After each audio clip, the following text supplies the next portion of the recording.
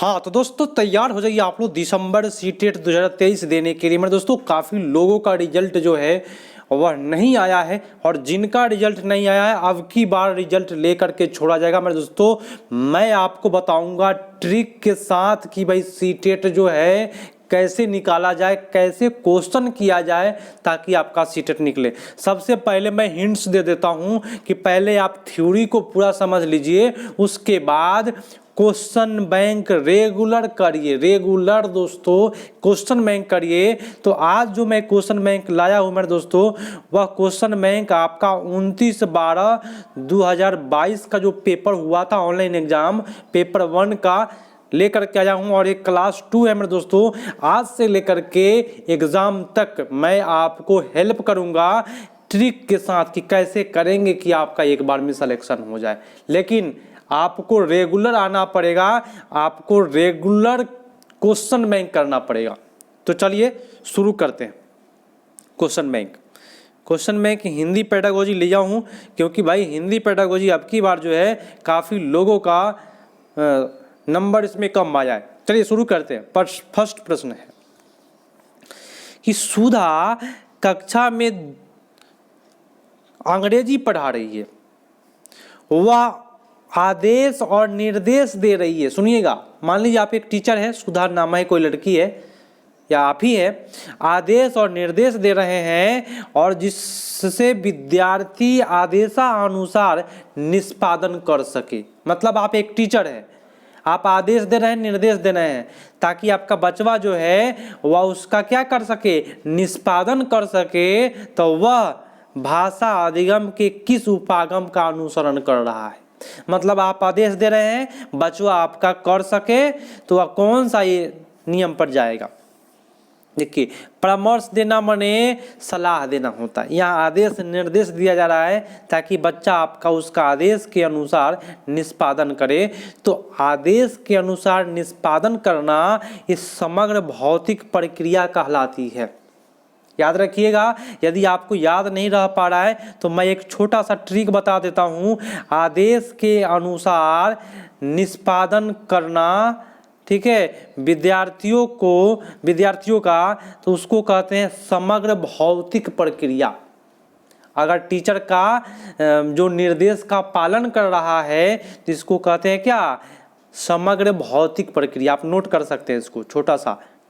और छोटा छोटा मैं नोट्स टॉपिक मैं आपको बताऊंगा, छोटा छोटा आपको कीवर्ड बताऊंगा, है ना। टॉपिक्स, प्रत्येक टॉपिक में उस कीवर्ड को आप लोग नोट करते चलिए जिससे कि आप कभी भी दिक्कत आपको नहीं होगा पेडागोजी में। देखिएगा, अगला प्रश्न है, रितु चाहती है कि उसके विद्यार्थी शब्दों को सही तरह से लिख सके। ठीक है, शब्द संरचना के किन तत्वों को समझने की जरूरत है, बताएं। आप एक टीचर है, आप चाहते हैं कि आपका जो बचवा है वह सही लिख सके, तो कौन सी संरचना को समझने की जरूरत है। फर्स्ट बोला बर्तनी। मेरे दोस्तों बर्तनी से नहीं हो पाएगा, है ना। संयुक्तिकरण, मेरे दोस्तों याद रखिएगा, यदि आप एक टीचर हैं तो आपको पता होगा कि 1 to 5 का जो बच्चा होता है वह संयुक्ताक्षर जो होता है उसको लिखने में परेशानी हो जाता है, जैसे कि त्याग, इस प्रकार से। तो इस प्रकार के जो होता है ना संयुक्त वर्ड, जो आधा वर्ड जो होता है उसको लिखने में उसको परेशानी होता है, तो उसी को सबसे ज़्यादा आप जोर देंगे ताकि बच्चा उसको कर पाए और अच्छा तरह से वो लिख पाए। उत्तर आपका सबसे बेटर बी पर जाएगा। ठीक है, नेक्स्ट पे आते हैं।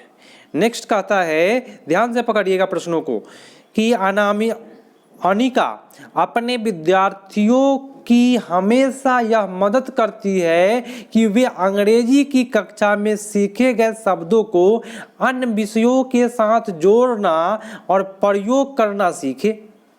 माने जो भी आप सीखे हैं, समझिएगा, उसको दूसरे के साथ जोड़ करके आप सीखे, तो इससे उसके विद्यार्थियों को किस बात में मदद मिलेगी। बताए, आप कोई चीज़ सीख रहे हैं मेरे यहाँ, आप उस दूसरे चीज़ से जोड़ करके देख रहे हैं, तो कौन चीज़ में मदद मिलेगा आपको। फर्स्ट बोला अंग्रेजी भाषा के महत्व को पुनर्बलित करना, अगला बोला कि अंग्रेजी में सीखे गए तथ्यों को अन्य विषयों से संबंध करना। मैंने यही ना बोला, क्वेश्चन में मेरे दोस्तों आंसर छुपा होता है। यदि क्वेश्चन सही से पढ़ेंगे तो आप जीवन में कभी गलती नहीं करेंगे। क्या बोला कि आपने जो सीखा है वह किसी दूसरे जगह उसका प्रयोग कर लिए, तो दूसरे जगह प्रयोग किए तो क्या हुआ, अंग्रेजी में सीखे गए तत्वों के अन्य विषयों से संबंध कर लेना। ठीक है, संबंध कर पाना, यही आपका सबसे बेटर और हिट उत्तर होगा। नेक्स्ट आ जाए, अगर आपको कोई परेशानी और आपको प्रॉब्लम आ रहा है सीटेट तैयारियां करने में, फिर भी आप कमेंट करें कि भाई मेरा कितने नंबर से छूटा है, कमेंट जरूर करें, मैं आपको हेल्प करूंगा। और रेगुलर आप क्लास कर लेते हैं, रात्रि को 8 बजे रेगुलर क्लास रखा गया है, ऑनलाइन का रेगुलर कर लेते हैं और कुछ नोट्स बना लेते हैं। मैं जो बोलूँगा उसको नोट कर लेते हैं, जीवन में आप कभी फेल नहीं करेंगे। और पूरे ध्यान से एक बात को याद रख लीजिए और गांठ बांध लीजिए कि आपको रेगुलर क्वेश्चन बैंक करना है। रेगुलर थ्योरी पढ़ने के बाद प्रश्न कहता है, रवि अपने विद्यार्थियों को ड्रामा सिखा रहा है। क्या सिखा रहा है? ड्रामा। ड्रामे का प्रयोग करके रवि अपने विद्यार्थियों को किस तरह से मदद कर रहा है। मतलब आप एक टीचर है और बच्चा को आप ड्रामा सिखा रहे हैं, नाटक। तो भाई आप नाटक सिखाने से बच्चा को कैसे मदद कर रहे हैं? तो देखिए नाटक में क्या होता है, मेरी बात ध्यान समझिएगा। नाटक में यहाँ पे एक बच्चा खड़ा है, एक बच्चा यहाँ खड़ा है, ठीक है, बच्चा 2 बच्चा है यहाँ पे खड़ा है। तो नाटक में क्या होता है, संवाद होता है। और संवाद को क्या कहते हैं? संवाद बोले तो क्या, बातचीत होता है ना, तो उसको कहते हैं संप्रेषण। तो संवाद लेखन दक्षता, इसमें लिखने की बात नहीं होती है। जब नाटक हो रहा है तो उसमें लिखा थोड़ा जाता है, नाटक में नहीं लिखा जाता है। नाटक पढ़ने की दक्षता, भाई पढ़ेगा तो खेलने वाली बात तो हो नहीं रही है। संप्रेषणात्मक दक्षता विकसित हो रहा है। बोले तो जब नाटक खिलवाइएगा तो एक बच्चा एक दूसरे से बातें करेगा और बातें करना को कहते हैं संप्रेषण करना। मेरे दोस्तों सबसे बेटर उत्तर आपका सी पर जाएगा। ठीक है, अभिनय के गुण को विकसित करना, ये जरूरी नहीं है कि बच्चा को केवल हम नाटक में ही विकसित गुण करें। बस टीचर का यही मकसद है कि बच्चा सही से बोल सके। उत्तर आपका सी पर जाएगा। कहीं प्रॉब्लम हो ना, एक बार आप जरूर बोलिएगा। लाइव में तो आप लोग जवाब दीजिए, कमेंट में जब आप पूछिएगा कि सर मुझे यहाँ प्रॉब्लम आती है, इस सब्जेक्ट में प्रॉब्लम है, मैं आपको उस सब्जेक्ट में हेल्प करूँगा। लेकिन रेगुलर आपको रात्रि में 8 बजे आना पड़ेगा और आपको रेगुलर क्वेश्चन बैंक का एक सेट करना होगा, तभी जाकर के आपका सीटेट एक बार में क्वालिफाई होगा। प्रश्न कहता है, सुजाता अपने विद्यार्थियों को वाक्य संरचना सिखा रही है और वह ड्रिल की विकल्प सूची का प्रयोग कर रही है। वाक्य संरचना सिखाना और ड्रिल बने क्या, दोहराने की बात कर रहा है, एक ही चीज को दोहरा रही है, तो वह भाषा शिक्षण के किस उपागम का प्रयोग कर रही है। मेरे दोस्तों याद रखना, हमेशा हमेशा के लिए वाक्य संरचना और संरचना जब सिखा रहा है, वाक्य का जब संरचना सिखा रहा है तो संरचनात्मक ही जाएगा। मैंने आपको कितना बार ट्रिक बताया, जो लोग मेरे यहाँ पुराने लोग हैं उन लोगों को पता है कि जो बात क्वेश्चन में कही जा रही है वही बात अगर ऑप्शन में थोड़ा सा दिखाई दे तो 98% सीटेट उसको सही करता है। उत्तर आपका गया ए पर। नेक्स्ट कहता है प्रश्न मेरे दोस्तों, मजेदार प्रश्न और धमाकेदार प्रश्न है कि गुरजीत भाषा अधिगम में शब्द भंडार के महत्व को समझती है। अपने अनुसार शब्द भंडार विकसित करने की सर्वोत्तम युक्ति कौन सी है? तो बताइए कौन सा युक्ति सबसे बेटर है जिसमें शब्द भंडार बेटर हो सके। फर्स्ट बोला कि विद्यार्थियों को पढ़ने में आए कठिन शब्दों को रेखांकित करने और उसको वाक्य बनाने के लिए कहेंगे। मेरे दोस्तों केवल कठिन को ही करेंगे तो जो सरल है वो आगे चल के फिर से दिक्कत हो जाएगा, उसको भी करना पड़ेगा। विद्यार्थियों को दिए गए संदर्भ के आधार पर शब्दों के अर्थ का अनुमान लगाने के लिए कहिए। मेरे दोस्तों मैं एक ट्रिक बताता हूँ, संदर्भ के आधार पर, ये जो संदर्भ जो वर्ड है वो काफ़ी मजेदार वर्ड है, काफ़ी पॉजिटिव वर्ड है। संदर्भ के आधार पर शब्द बनाने का अनुमान लगाने के लिए कहा जा रहा है, बोले तो सब्जेक्ट से भटकने वाली बात नहीं हो रही है, तो संदर्भ वाली बात को आप जरूर करिएगा। लेकिन सूची बनाने से मेरे दोस्तों याद करना पड़ेगा। देखिए यहाँ पे मैंने बोला सूची गलत होता है, अब कैसे गलत होता है, देखिए यहाँ पे लिखा याद करना, मैंने आपको बोला कि नहीं बोला, सूची बनेगा तो याद करना पड़ेगा। ठीक है, विद्यार्थियों को कहा जाए कि जब भी किसी कठिन शब्द का सामना हो तो शब्दकोश की मदद ले। पर दोस्तों जब कठिन शब्द हो तो डिक्शनरी देखिए, नहीं दोस्तों, क्योंकि 1 to 5 का बच्चा डिक्शनरी नहीं देख पाता है, ये भी ध्यान दिया जाता है। ठीक है, प्रश्नों को करते समय। नेक्स्ट पढ़ाते हैं। अगर परेशानी हो कमेंट जरूर करें मेरे दोस्तों। अगर अच्छा लग रहा है तो मैं आपको एक बार ही बोलूँगा, आप लोग सब्सक्राइब कर लीजिए, और आपको जब तक एग्ज़ाम नहीं होती है तब तक आपको क्लास मिलेगी फ्री, टोटल क्वेश्चन बैंक। ठीक है, सब्सक्राइब कर लीजिए, और लाइक नहीं किया लाइक जोरदार कर दीजिए। अगर आपका कोई दोस्त है ना, उनके पास जरूर शेयर करिएगा। प्रश्न कहता है कि चॉम्स्की द्वारा प्रतिपादित भाषा अर्जन उपागम का क्या प्रकार्य है। नोम चॉम्स्की साहब बोले हैं, एक वर्ड सुन लीजिए, कि भाषा अर्जन करने की जन्मजात क्षमता होती है बच्चों में। किसने कहा? चॉम्स्की साहब। एक और बात बोला चॉम्स्की साहब, और हिट बात है, और ये ट्रिक है वाली बात है, बहुत हिट वर्ड है, बहुत हिट बात बताया उन्होंने, सार्वभौमिक व्याकरण। नोट कर लीजिए, कहीं भी आता है मेरे दोस्तों आंख बंद करके मार दीजिएगा, नोम चॉम्स्की की बात करें सार्वभौमिक व्याकरण मार दीजिएगा, कोई भी आपको नहीं काटेगा आंसर। ठीक है, नेक्स्ट प्रश्न कहता है कि रेखा कक्षा 1 के विद्यार्थियों को अंग्रेजी पढ़ा रही है, वह विद्यार्थियों को वस्तुओं के चित्र दिखाती है। अब अंग्रेजी पढ़ा रही है और अंग्रेजी के साथ में बच्चा को चित्र भी दिखाती है, और वह फिर उनका नाम बताती है कि देखो ये एप्पल है, पहले चित्र दिखा दिया सेव का, अब उसको बताया कि देखो इसको अंग्रेजी में एप्पल कहते हैं। तो रेखा क्या करने का प्रयास करें, माने आप एक टीचर है तो आप क्या करने का प्रयास कर रहे हैं, पहले फिगर देख के नाम बताना क्या कहलाता है, बताए। मजेदार तरीका से बताऊंगा, आपको मजा आ जाएगा। फर्स्ट में रुचि बना रही है, अपनी चित्रकारी कौशल प्रदर्शित कर रही है, विद्यार्थियों को नए शब्द सीखने में मदद कर रही है, ये बेटर होगा। नया शब्द, क्योंकि चित्र दिखा करके उसका नाम बताना, तो नाम बताइएगा तो अंग्रेजी में बताइएगा क्या, क्योंकि अंग्रेजी पढ़ा रही है ना, तो उसको क्या हो रहा है, नए शब्द सीखने में मदद मिल रहा है। वो तो जान रहा था, एप्पल जाना कि हाँ सर जी एप्पल जो बता रहे हैं ना हम देखे हैं, लेकिन अंग्रेजी नहीं जान रहे थे, तो अंग्रेजी आप बता दिए उसका, तो नए शब्द आप सिखा दिए, मदद कर दिए आप उसको सिखा करके। ठीक है, चलिए मजा आ जाएगा आपको क्लास करके। भाषा अधिगम के संदर्भ में भाषा अर्जन उपागम की अवधारणा किसके द्वारा प्रतिपादित की गई है? भाषा अर्जन। मेरे दोस्तों मैं आपको ट्रिक बताऊंगा, मैं आपको बार बार बोला हूं कि मेरे यहाँ आपको ट्रिक और कीवर्ड मिलता है, जो आपको बहुत कम जगह मिलने की संभावना है, बहुत कम जगह फ्री में नहीं मिल पाएगा आपको।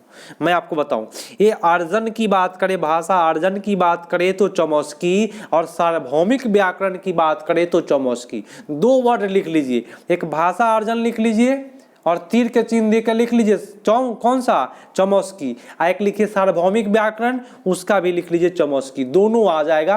आंख बंद के चॉम्स्की मारिए, ज्यादा रटना नहीं पड़ेगा आपको। ठीक है, नेक्स्ट प्रश्न। निदा अपनी कक्षा में चीता चीता कविता का पठन और गायन करवाने से पहले चीते पर चर्चा करती है। माने चीता जो होता है ना, पैंथर है ना, उस पर चर्चा करना, टाइगर सॉरी, तो निदा क्या करने की कोशिश कर रही है, चीता जो भी हो, ठीक है, चीता पर जब चर्चा करवा रही है, चीता चीता कविता पढ़ाने से पहले चीता के बारे में बता रही है कि चीता ऐसे होता है, तो वो क्या करने का प्रयास कर रही है कविता पढ़ाने से पहले। यहाँ पे एक वर्ड छुपा हुआ है, मेरे यहाँ करने का मतलब जानते हैं, मैं आपको एक ऐसा तरीका बताऊंगा जो क्वेश्चन में ही छुपा होता है, सीटेट का आंसर लिखा हुआ है कि कविता गायन करवाने से पहले चर्चा करती है, पहले। तो यहाँ लिखा है अपने विद्यार्थियों के पूर्व ज्ञान को सक्रिय बना रही है। पहले माने क्या, पूर्व, पहले का ज्ञान को उसको सक्रिय कर रही है। और इससे जब सक्रिय हो जाएगा बच्चा तब कविता पढ़ाइएगा, बच्चा को खूब मजा आएगा, खूब आनंद आएगा। ठीक है, अगर कोई परेशानी हो जाए तो कमेंट जरूर करिएगा, यहाँ पे सब चीज़ मिलेगा, हर चीज़ का जवाब मिलता है। हाँ, अगला है कि प्रतिस्थापन सूची किसके शिक्षण में इस्तेमाल की जाती है? प्रतिस्थापन सूची, प्रतिस्थापन सूची याद रखिएगा। मैं आपको बताऊं, ये वर्ड ऐसा वर्ड है जिसको आप एक ट्रिक नोट कर लीजिएगा तो एक आपका ट्रिक बन जाएगा, एक कीवर्ड बन जाएगा जिससे कि आप अच्छे से सोल्व कर सकते हैं। ये कीवर्ड क्या है? तो प्रतिस्थापन या विकल्प सूची। लिख लीजिए, कहीं भी आता है तो यह स्पेशल व्याकरण के लिए प्रयोग किया जाता है। ये 100% ट्रिक काम करेगा मेरे दोस्तों, और कभी भी गलत नहीं होइएगा आप लोग। प्रतिस्थापन या विकल्प सूची की बात आए, इसका इस्तेमाल क्यों किया जाता है, कहाँ किया जाता है? तो व्याकरण के लिए। उत्तर आपका 1 पड़ जाएगा। नेक्स्ट कीवर्ड मिलेगा आपको, नोट करते चलना है, एग्जाम तक भर भर के आपका एक कीवर्ड बनेगा और सारे कीवर्ड को देख करके जाइए, आपका एग्जाम क्वालिफाई होगा, 100% होगा। ठीक है, चलिए। जोसेफ प्रथम पीढ़ी के शिक्षार्थियों जो पहले अंग्रेजी पढ़ा रहे हैं और को अंग्रेजी पढ़ाते समय द्विभाषी शब्द सूची का प्रयोग करते हैं। आप अंग्रेजी पढ़ा रहे हैं लेकिन आप समझा रहे हैं कौन चीज में? हिंदी में समझा रहे हैं, तो वह किस सिद्धांत का प्रयोग कर रहे हैं? बताएं, प्रयोग कर रहा है, किस सिद्धांत का प्रयोग कर रहा है मेरे दोस्तों? तो मान लीजिए, देखिए आपने क्या बोला कि हम अंग्रेजी पढ़ा रहे हैं, यहाँ बोला क्या द्वि शब्द सूची का प्रयोग कर रहे हैं, माने आप अंग्रेजी पढ़ा रहे हैं लेकिन आप हिंदी में बता रहे हैं, तो इसी को कहते हैं व्याकरण अनुवाद विधि। आप अंग्रेजी पढ़ा रहे हैं लेकिन हिंदी में बता रहे हैं। ठीक है, अब हिंदी तो इसमें दिया नहीं है, लेकिन आप देखिए पकड़िए, यहाँ पे द्विभाषिक शब्द सूची का प्रयोग करते हैं। द्विभाषिक शब्द, तो द्विभाषिक किस में होता है? तो अनुवाद में, translate into Hindi, translate into English होता है ना। तो इस प्रकार से आप लोग व्याकरण अनुवाद पर जाइएगा, कोई दिक्कत नहीं है, जिन्होंने किया उनका सही जा रहा है। नेक्स्ट, रेगुलर 8 बजे आइए, आपका सारा परेशानी दूर होगा। और अपने दोस्तों को जोड़िए, दिसंबर सीटेट निकाल के छोड़ना है। अगला प्रश्न, रोमी कक्षा 3 को पढ़ाती है और पाठ्य पुस्तक में दिए गए नाटक के शिक्षण के समय रोमी को किस विधि का इस्तेमाल करना चाहिए जिससे कि उसके विद्यार्थी नाटक का आनंद ले सके? बताइए, कौन ऐसा विधि अपनाइएगा जिसमें बच्चा आनंद खूब लेगा, खूब मजा से नाटक करेगा मेरे दोस्तों? तो वह सबसे आनंद वाला जो है वह क्या करेगा? बच्चा को इसमें शामिल कर दीजिए नाटक हुआ में। अब बच्चा को जब शामिल कर दीजिएगा तो खूब आपस में नाटक, बच्चा सब बातचीत करके नाटक का पात्र बन जाएगा। तो उसी को कहते हैं रोल प्ले। क्या कहते हैं? रोल प्ले कहते हैं। और उसी रोल प्ले का हिंदी नाम है भूमिका निर्वाह। देखिए, बच्चा मजा कब लेगा, आनंद कब लेगा? जब बच्चा को नाटक में भाग दीजिएगा। ठीक है, और जब भाग दे दी तो उसको क्या कहेंगे? Role play. और उसी का हिंदी नाम क्या है? तो भूमिका निर्वाह। ठीक है, पकड़ते चलिए। हिंदी का तो ऑपरेशन होगा, हर पेडागोजी का ऑपरेशन मैं कर दूंगा, आपको मजा आ जाएगा क्लास करके। सरसरी तौर पर पठन और बारीकी से पठन किसके उपकौशल है? सरसरी तौर पर पठन और बारीकी से पठन की बात करेगा, किसके उपकौशल है? याद रखिएगा, सरसरी तौर पर पठन और बारीकी पठन दो चीज, यहाँ पे दो बात बोल रहा है, सरसरी तौर पर और बारीकी से पढ़ना। ये दोनों जो होता है वह पठन का उपकौशल होता है, क्योंकि ये पढ़ने की ही बात हो रही ना। देखिए, सरसरी तौर पर पठन, इसमें भी पठन है और बारीकी से पठन, दोनों पठन है। और पठन पठन तो ये किसका उपकौशल होगा? तो पढ़ने का ही ना होगा, सुनने का नहीं ना होगा मेरे दोस्तों। क्या पढ़ना क्या सुनना होता है? नहीं होता है। चलिए, उत्तर आपका गया सी पर। और आज का ये अंतिम प्रश्न है मेरे दोस्तों, अगर आपको अच्छा लगा है, मैं आपको बताऊं तो शेयर अपने दोस्तों के पास जरूर कर दीजिएगा। और बोलिएगा कि यहाँ कर लीजिए, मैं आपको गारंटी देता हूँ कि अगर आप मेरे तरीका से आप एक भी तरीका चूक नहीं करिएगा, मैं जो बताऊँगा करते चलिएगा, कभी भी फेल नहीं करिएगा सीटेट में। और ये दिसंबर फाइट कीजिएगा, गोल्डन चांस है, एक मौका आपको शिक्षक बहाली के लिए मिल जाएगी। प्रश्न कहता है कि निम्नलिखित में कौन सी त्रुटि लेखन कौशल त्रुटि नहीं है? लेखन कौशल त्रुटि नहीं है। देखिए, पत्र का गलत प्रारूप, ये तो त्रुटि है। विराम चिन्ह का त्रुटि, हाँ, कितने लोग विराम चिन्ह नहीं देते हैं, तो ये भी त्रुटि है लेखन का। लेखन कौशल का त्रुटि बताना है, तो गलत प्रारूप रहेगा तो ये भी तो भाई लिखने का तरीका अगर गलत रहेगा तो त्रुटि ना है भाई, ये भी तो त्रुटियाँ है। बर्तनी की त्रुटि हो जाए लिखने में, मान लीजिए तालाब सर के स्थान पर, है ना, शपथ, इस प्रकार से मैं लिखूं और कितने लोग इस प्रकार से अगर शपथ लिख देते हैं, तो ये क्या हुआ? बर्तनी की त्रुटियाँ, ये भी हुआ लिखन की त्रुटियाँ। लेकिन स्वर शैली, लहजा त्रुटियाँ, स्वर शैली और लहजा जो है वह लेखन का त्रुटियाँ नहीं होता है। मेरे दोस्तों, मेरे प्यारे साथियों, आपका उत्तर सी पड़ जाएगा। तो आपको क्लास कैसा लगा? मैं यही चाहूँगा कि आप सभी कोई, जितने लोग मेरे यहाँ क्लास किए, कमेंट करके ज़रूर बताएं कि क्लास आपको कैसा लगा। अगर आपको अच्छा लगा है तो आप जो अपने दोस्तों को शामिल कर लीजिएगा, बोलिए कि यहाँ क्लास करिए और रेगुलर 8 बजे आकर के शामिल हो जाइए। आज से लेकर के एग्ज़ाम तक जितने क्वेश्चन बैंक है, सारे क्वेश्चन बैंक को ख़त्म कराने का टारगेट मैं लूँगा। ठीक है, मिलते हैं अगले पार्ट में, तब तक के लिए धन्यवाद। जय हिंद।